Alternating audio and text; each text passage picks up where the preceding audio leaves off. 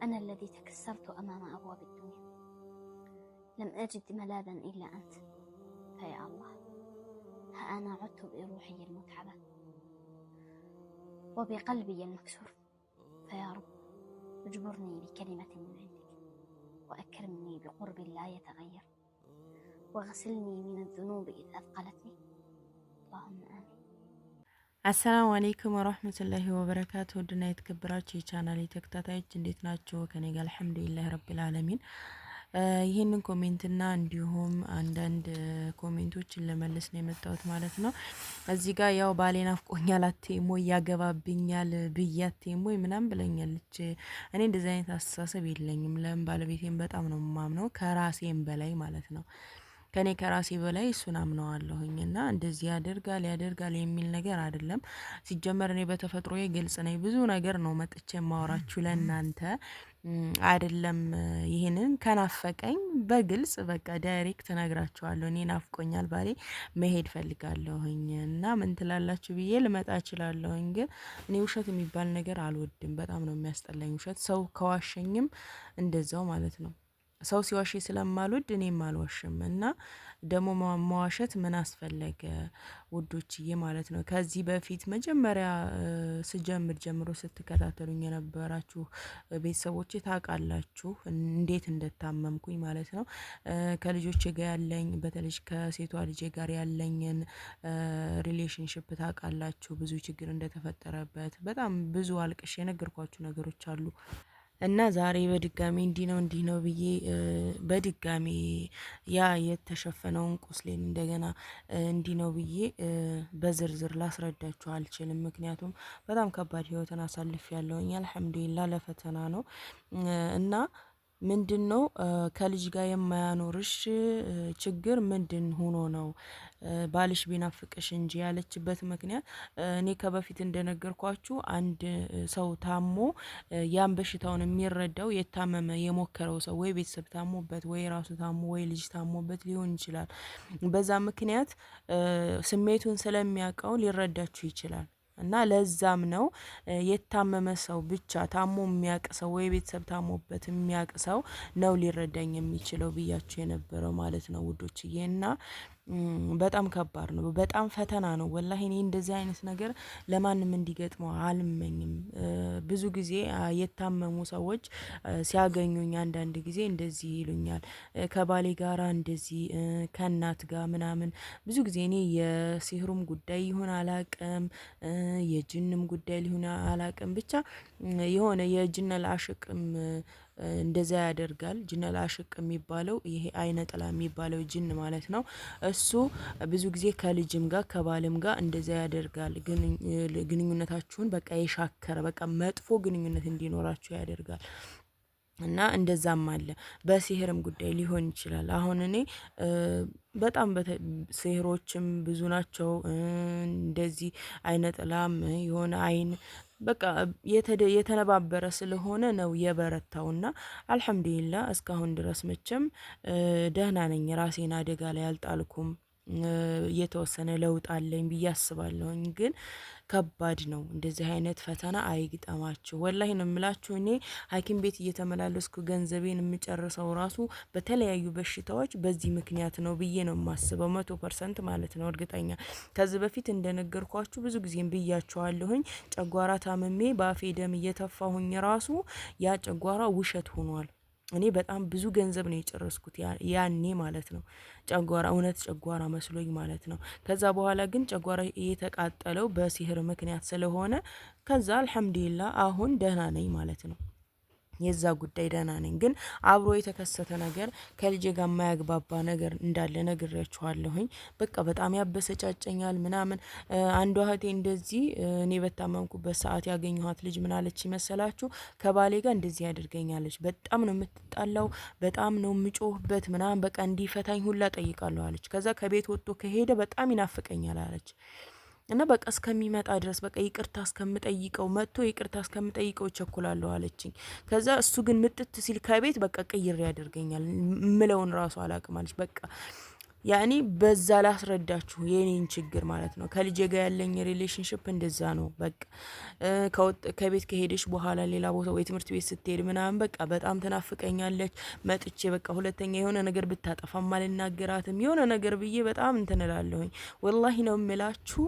እኔ የተኛሁ መስዬ ብርድ ልብስ ለብሼ ስቅስቅ ብዬ አለቅሳለሁኝ። እኔ እምባ እንዳይመስላችሁ ደም አለቅሳለሁኝ።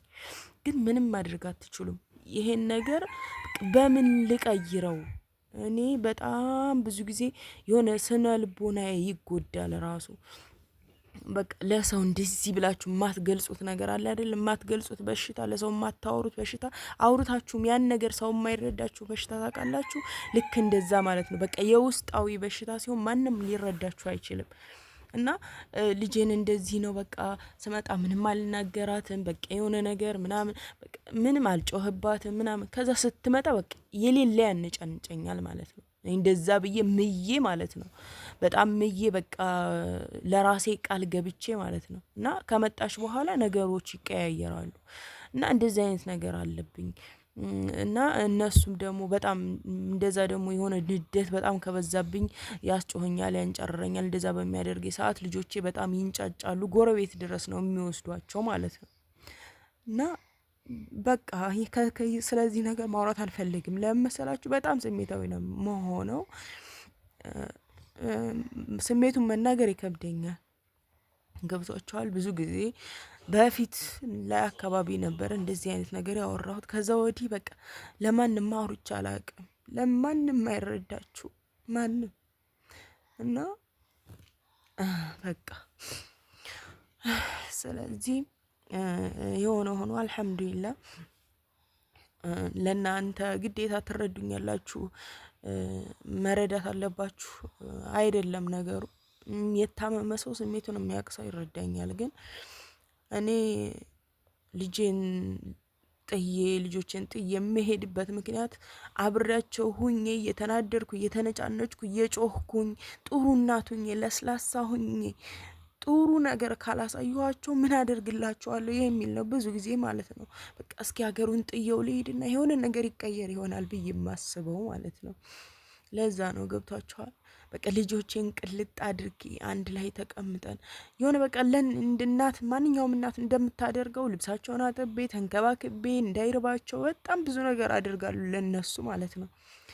እንዳይጎልባቸው በጣም ብዙ ነገር አድርጋለሁ። ነገር ግን ጸባይ ጋር በቃ በጣም የሚያናድደኝ ነገር አለ። በቃ ብዙ ጊዜ ሩቃ ቅሬ የተባልኩ በራሴ ቅሬ የተባልኩትን ወላሂ ነው የሚላችሁ። ሩቃ የምንጠጣው ውሃ ራሱ 20 ሊትር ሞልቼ ቤት አስገባለሁኝ። እንኳን አይደለም የምንጠጣው ምግብ የምንሰራበት እንኳን በሩቃ ውሃ ነው ምግብ ራሱ የምሰራው ማለት ነው። በቃ ዴይ ቱ ዴይ የማያደርጋቸው ነገሮች ሁሉ በአዝካር ነው። ሁሉም ሩቃ ቤት ውስጥ ሳይቀራ አይውልም። ማታም ጠዋትም ቀንም ማለት ነው። አንዷ እህቴ ምን ብላኛለች? ሱረቱል በቀራና ያሲን በቀን ቀሪበታል አዝካሮችን አብዣ አለችኝ። ነገር ግን እኔ ሁሌም ማለት ነው ቤቴ ውስጥ ተቋርጦ አያውቅም እንደዚህ አይነት ነገር አልሐምዱሊላህ እስካሁን ድረስ ማለት ነው። ግን ያው በዚህ ምክንያት ብዙ ነገሮች አልፈዋል። ሌሊት እንቅልፍ የለኝም፣ አልተኛም ነበር እንደነገርኳችሁ። ከዚህ በፊት ቤተሰቦች ታውቃላችሁ፣ እግሬን መራመድ አልችልም ነበር። ቤት ውስጥ አስቀምጦ የነበረ ሀታ አንድ አይኔ ሁላ ጠፍቶብኝ ነበረ። ግን በተወሰነ ቀናቶች ልዩነት ያ ሁሉ ነገር ተመለሰልኝ። የጨጓራውን ጉዳይ ተመለሰልኝ አልሐምዱሊላህ።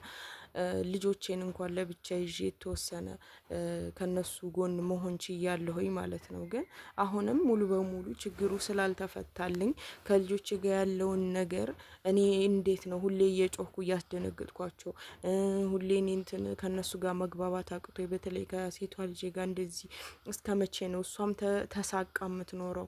እኔም ሁሌ ጮሄን ማልተው ለምንድን ነው? በቃ ቦግ ነው የምለው ማለት ምን የምትገልጹት ነገር አይደለም። ሲጀመር ከቁጥጥሬ ውጭ ነው። እኔ የምናገረው ሌላ፣ ውስጥ የሚያስበው ሌላ እና ሳገኛት አቅፋታለሁ። ጥሩ ነገር እናገራታለሁ። የሆነ ብቻ ጥሩ ሆንላታለሁኝ ብዬ በጣም ለራሴ ከወሰንኩ በኋላ ካገኘኋት በኋላ የሚፈጠረው ነገር ደግሞ ሌላ ነው። በጣም ያንጨንጨኛል። ብታጠፋም ባታጠፋም ጮህባታለሁ። በቃ እንደዛ ነው የሚያደርገኝ። ወላሂ እኔ እንጃ ምን እንደምላችሁ አላውቅም።